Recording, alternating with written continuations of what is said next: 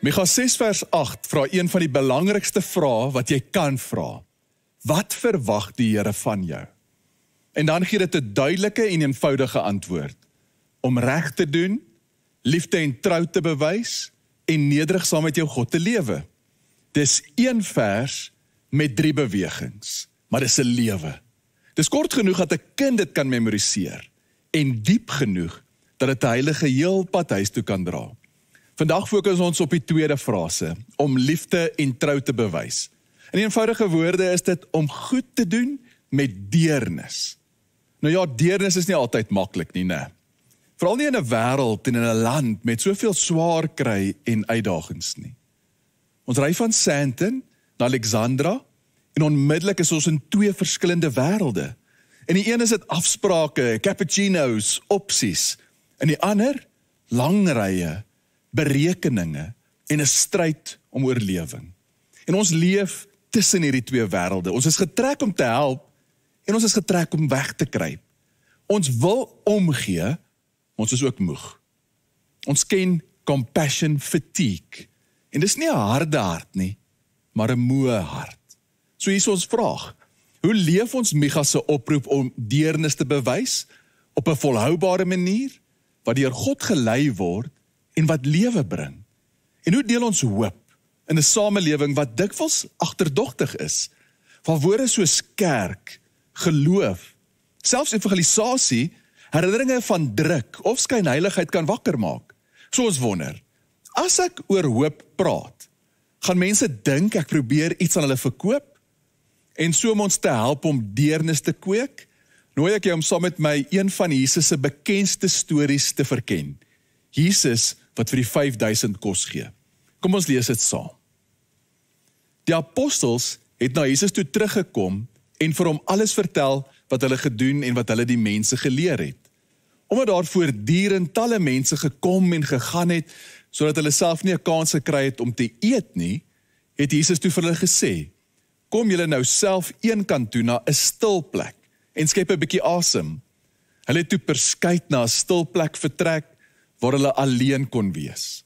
Maar baie mense het hulle sien vertrek en agtergekom waarheen hulle op pad was. Hulle het toe te voet van al die dorpe daarheen aangehardloop gekom en Jesus en sy disippels ingewag. Toe Jesus uit die skuit klim en die groot klomp mense sien, het hy 'n diep deernis vir hulle gevoel, want hulle was so skape sonder 'n wagter. Daarom het hy hulle uitvoerig begin onderrig.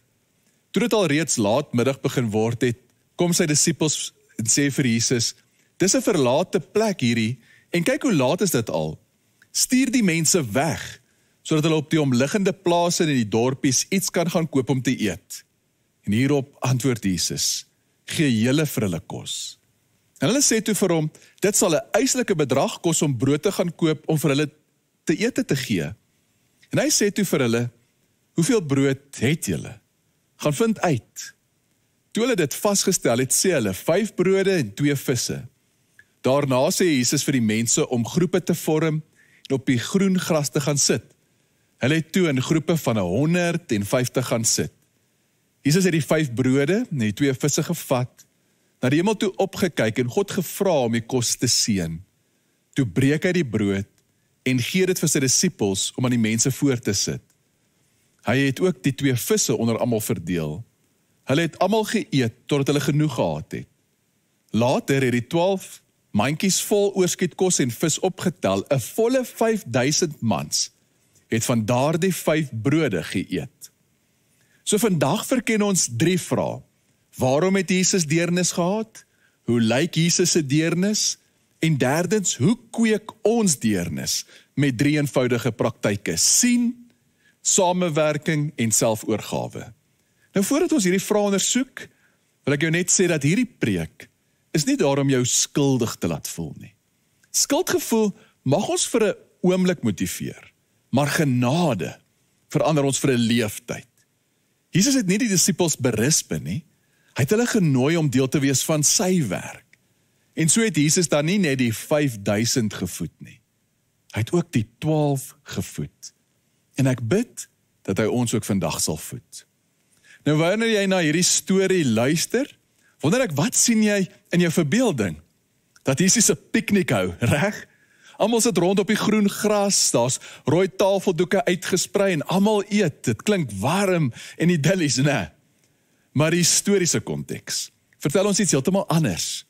Wanneer Jesus die dorpies van Galilea verlaat en oor die meer steek om vrede en stilte te gaan vind, gaan hy na 'n afgeleë deel, wat verwys word as die Heuweldistrik.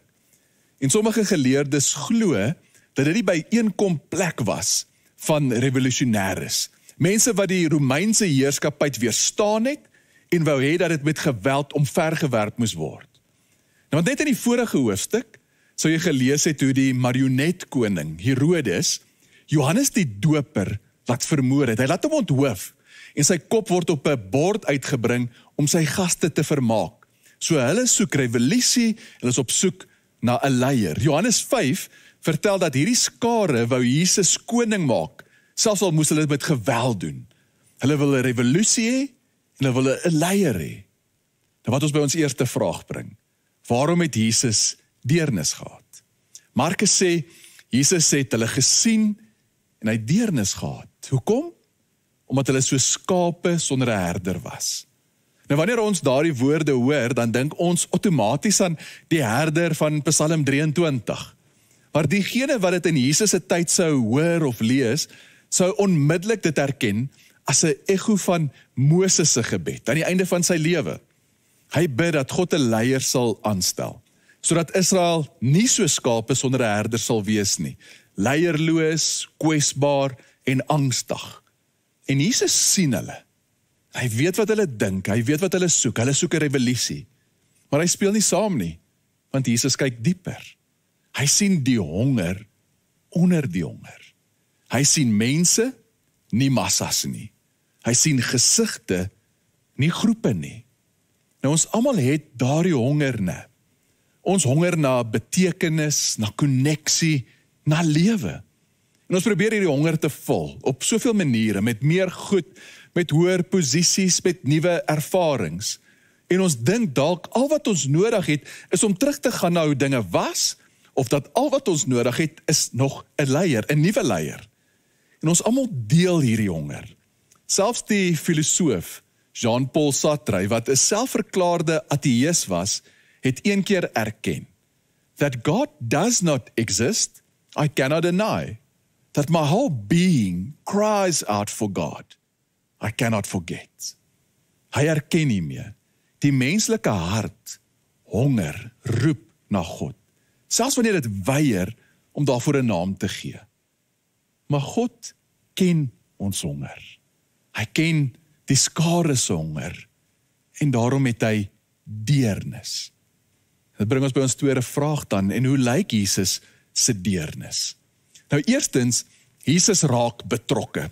Hy sien hulle nie net en voel jammer vir hulle nie, hy beweeg na hulle toe. Hy's nie onverskillig nie, hy raak betrokke. Markus sê hy het hulle baie dinge begin leer. Nou onthou die skare, hulle verwag 'n politieke toespraak, maar Jesus bied woorde van lewe aan. Hulle verwag 'n revolusionêr wat vir hulle wapens sal gee, wat vir hulle oorlogstrategie sal bespreek. Maar Jesus spreek tot hulle harte. En hy deel die waarheid. Hy deel die waarheid eerstens oor wie God is. Die Vader wat verlang dat sy kinders sal huis toe kom. Hy deel die waarheid oor wie hulle is, God se geliefdes. En hy deel die waarheid oor hoe die lewe in God se koninkryk is. God se koninkryk van vergifnis, van vrede, geregtigheid en vreugde. En dan in sy deernis kom Jesus en hy vind uit wat het hulle alreeds. Hy vra uit om te gaan kyk wat het hulle en dan gebruik hy dit. Hy gebruik hulle 5 brode en 2 visse. Jesus gee hulle kos met fisiese brood, ja, maar hy gee ook homself. Onthou jy wat ons gelees het, Jesus neem die brood, hy seën dit, hy breek dit en hy gee dit. Ek wonder, klink dit vir jou bekend? As jy aan die laaste ete dink saam met sy disippels, dan is jy reg. Voor Jesus kruis toe gaan, eet hy saam met sy disippels en hy neem die brood, hy seën dit, hy breek dit en hy gee dit. En hy sê, dis my liggaam. So terwyl Jesus hier vir hierdie skare brood gee, wys hy ook vorentoe, dat dit wat alles sal verander. Terwyl ander leiers oorwinning kry deur ander mense te breek, kom Jesus se oorwinning deur self gebreek te word. En op hierdie berg vermenigvuldig hy brood, en op die berg van Golgotha gee hy homself die brood van die lewe. So wanneer Jesus die brood vermenigvuldig, dan wanneer hy 'n wonderwerk doen, dan dink ons dikwels dat 'n wonderwerk gaan teen die manier van die wêreld werk. Want ons dink daar sal altyd honger wees, dat mense altyd gebroke en gebind sal wees. Maar in beide sy woorde en sy dade kom wys Jesus vir ons hoe die koninkryk van God is. Hy sê dat 'n wêreld is aan die kom, waar daar geen honger, geen trane, geen wanhoop sal wees nie. Want as hy hulle wou beïndruk, dan sou hy sekerlik iets meer skouspelagtig kon doen. Hy sou deur die lug kon sweef, of hy sou engele kon stuur om kos te bring. Maar hy is op 'n ander missie. Sy missie is dat 'n ander soort lewe, en 'n ander soort koninkryk is hier, en is aan die kom. En elke wonderwerk wat Jesus doen, wil ons daarin wys. En dan, hoe lyk Jesus se deernis? Dit is oorvloedig, en is dit nie wonderlik dat deernis oorvloedig is nie? Kyk nou, ek kan myself net voorstel, hoe daai disippels die kos begin uitdeel, dalk so 'n bietjie onseker is, vir die mense fluister, wat klein happies, asseblief, daar's nog baie wat moet eet. Maar dan kom die mandjies terug, en die mandjies is vol, almal eet, almal is versadig, hulle angsvlakke gaan af, hulle vreugde, hulle verbasing styg. En dit is hoe dit voel wanneer die koninkryk van God kom. Skaarsheid word stilgemaak as genade in oorvloed is. En vriende, dit is so belangrik om ag te slaan op hoe God na ons kyk. Wat jy in God se oë sien wanneer hy na jou kyk. In geestelike gesprekke sal mense dikwels vir my sê dat hulle dink God is teleurgesteld in hulle. Maar Jesus kom wys ons dat God is nie kwaad nie. God is nie teleurgesteld nie. God kyk met oë van deernis na my en jou. En is hierdie deernis van God aan ons, wat dit vir ons moontlik maak, om saam God se deernis aan ons wêreld bekend te maak. En so kom nooi Jesus sy disippels, en hy nooi ons, om ook deernis te deel. En dit bring ons by ons derde vraag. Hoe kweek ons deernis? Hoe kweek ons deernis in 'n wêreld wat daarna honger? En Jesus se uitnodiging was eenvoudig, maar ook onmoontlik. Hy sê, gee julle hulle iets om te eet. En ons voel baie keer daai gaping, dat die gaping tussen die klein brood wat ons het, en die groot honger, baie ver uit mekaar uit is. Maar as volgelinge van Jesus, wanneer ons na hom kyk, sien ons dat ons deernis kan groei. En vandag 3 praktyke hoe dit dalk kan groei, deur eerstens te sien, deur samewerking en selfoorgawe. Eerstens te sien. Nou die disippels van Jesus kyk na die skare en hulle sien 'n logistieke nagmerrie. Jesus sien mense. Ons deernis kan gekweek word deur raak te sien. Deur elke dag te bid en te vra, Here, gee my die genade om mense te sien soos wat U hulle sien. En dan soos ons deur ons dag gaan, kan ons onderbrekings verwelkom in ons dag en in ons agendas. Ons sien mense. Ons leer ken die name van die sekuriteitswag, die kassier. Ons kyk met deernis van hulle wat ons opponente sou wees, hulle wat van ons verskil. Ons kyk op, lank genoeg van ons fone, sodat ons gesigte kan ontvang as geskenke. In ons wêreld om iemand te kan sien, is dikwels een van die skaarsste forme van liefde in ons gejaagde wêreld. En dan die tweede praktyk is om te soek na samewerking. Onthou jy, Jesus vra, hoeveel brode het julle? Gaan kyk. Hy begin met wat reeds daar is. So wanneer ons uitreik na diegene wat nie het nie, is die eerste ding van deernis nie om te gee nie, maar om te vra, om te luister, om te vra, vertel my jou storie. Waarvoor hoop jy? Wat dra jy reeds? Waarin voel jy is julle sterk? Nou dit is 'n baie nederige, kwesbare postuur.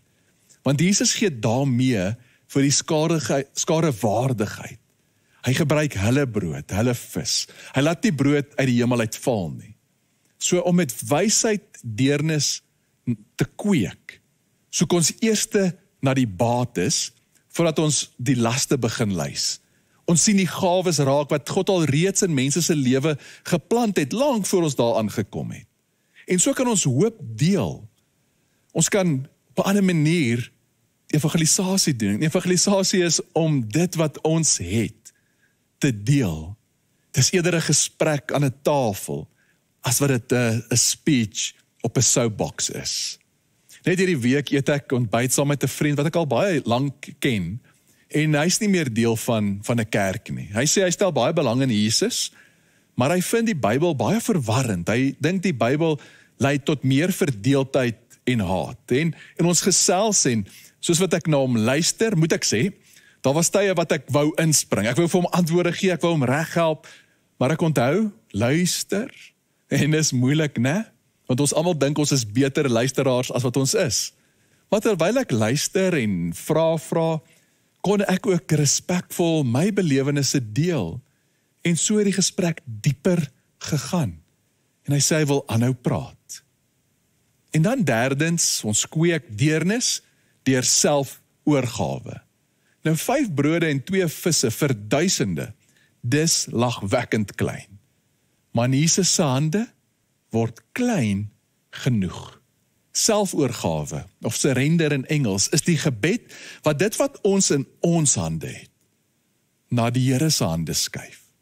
Dis om te bid en te sê, Here, as ek om my kyk, as ek by hierdie persoon is, ek kan dit nie regmaak nie. Here, maar vat wat ek het, of dit nou 'n maaltyd is, of 'n uur, of 'n vaardigheid wat ek het, 'n oor.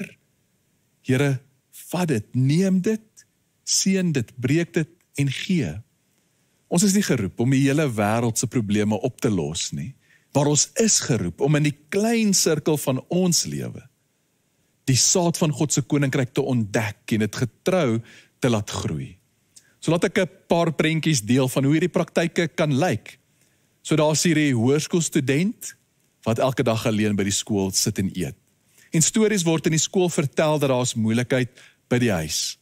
En dan met een pouse sien 'n klasmaat dit, eerstens sien, en in plaas daarvan om met antwoorde op te daag, gaan sy na haar toe en vra, hoe gaan dit met jou? En sy luister, en dis samewerking. En sy luister nou hoe die student lief is vir teken, maar sy het nie die materiaal nie. So die 2 vriendinne van hierdie student maak planne, hulle bring hulle sakgeld saam en hulle koop vir haar sketsboeke en potlode en sê, ons gebruik die kunskamer na skool, dis wil nie saam met ons kom nie. En dis selfoorgawe, dis om te surrender, my eie gemak, om in te beweeg aan daai plekke van pyn. Want klein brode in Jesus se hande kan groot vrug dra. En weke later is daai tekeninge op die kindsklas se kennisgewingbord. En ja, die dinge by die huis het dalk nie skielik verander nie, maar nabyheid het meer geword. Die skets op daardie muur is hoop in potloodstrepe. Dalk 'n ander prentjie om deernis te kweek by jou werk is om dalk jou kollegas te sien as mense. Is dalk om vir samewerking te soek, dalk om iemand te mentor. Kyk, ek is so dankbaar vir die hulp wat ek ontvang het van ander, soos wat ek gegroei het deur my lewe. En in hierdie tyd waar soveel van ons van die huis af werk, dink ek is selfs moeiliker om daardie vinnige interaksies met iemand te hê waar iemand kan sien jy lyk bekommerd, jou een kant toe neem, luister na jou, vir jou raad gee om volgende stappe te sien. Maar so kweek ons ook deernis by ons werk. Ons kan ook deernis kweek in ons waar ons bly, in ons woonbuurte. Ons kweek dit deur om ons bure se name te leer ken, om vir die huisgesin in ons straat te bid, om op te let, wie is daar wat dalk 'n pasgebore baba het. En dis 'n praktiese manier om teenwoordig te wees en daarmee op te daag. Dis die ouma wat elke donderdag 3 brode bak en sy hou 1 brood en die ander bind sy toe met toutjies En dan stap sy na deure, na die moeder wat sy weet moeg is, na die weewenaar wat maak asof hy eet, of na hulle wat sy aksente hulle skaam maak, en so doen sy dit vir jare lank. En wanneer haar hande begin styf word, klim die ander bure in om deeg te knie en die hele straat verander. Nie omdat 'n toelaag opgedaag het nie, maar omdat genade opgedaag het. En dis die wiskunde van die koninkryk. Onthou jy, hulle het almal geëet, hulle almal was versadig, en daar was 12 mandjies wat oorgebly het. Nou sommige mense sal sê, dis mooi, maar dis te min vir ons wêreld. Maar Jesus is nie verleë oor die klein nie, hy seën die klein. Hy begin met dit wat ons het, en hy maak dit genoeg vir wat hy vra. En dis goeie nuus vir ons, wat studente is, vir 'n enkel ouer, vir nuwelinge van wat vooraf begin, vir uitgeputte professionele mense, afgetredenes, mense met tyd en wysheid. Dis vir enige persoon wat wil bid en sê, Here, kweek in my hart deernis. Want hy vra, hoeveel brode het julle? Gaan kyk en bring dit. En God sê daarmee, kyk wat kan ek daarmee doen.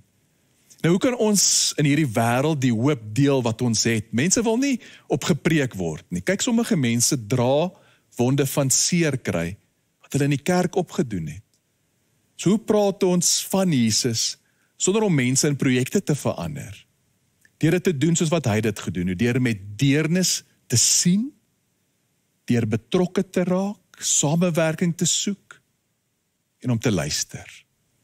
En mag jy leer om jou eie storie ook eerlik en kwesbaar vertel, daar waar die hoop waarmee jy lewe, dit waaroor jy wonder. En soos wat jy dit doen, mag jy dit doen met die wete, daar is genoeg. En neem daarvan as jy honger is. Nou die vermeerdering van die brood op hierdie heuwel, wys na God se sterf op die kruis. So vandag wil ek jou nooi, as jy honger is, kom eet. As jy vra het, as jy twyfel het, as jy worstel, kom sit en eet. Of dalk is jy op 'n plek wat jy in plekke sterk voel, maar nog steeds honger is, kom eet. En daar waar jy plekke van pyn en hartseer sien, mag jou gebed wees, Here, gebruik my, om ook met deernis op te tree. En mag God so ons gebruik, om mense van hoop te wees. Kom ons bid saam. Here, dankie dat in hierdie wêreld wat dikwels so donker is, waar daar soveel verdeeldheid en pyn en seer is. Dankie dat U met deernis na ons kyk. Here, dankie dat U ons honger ken en ons ontmoet daarin. Here, help ons om na U te kyk en te eet, die lewe saam met U te doen. En Here, daar waar ons in aanraking kom met die seer en die pyn van ons wêreld, help ons om mense te sien soos wat U hulle sien, geliefdes van U. Here, help ons om kwesbaar te wees wanneer ons luister. En help ons, Here, om U lewe te deel met ander. Ons bid dit in Jesus se naam. Amen.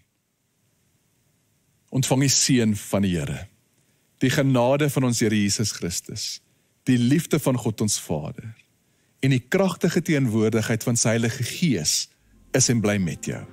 Amen.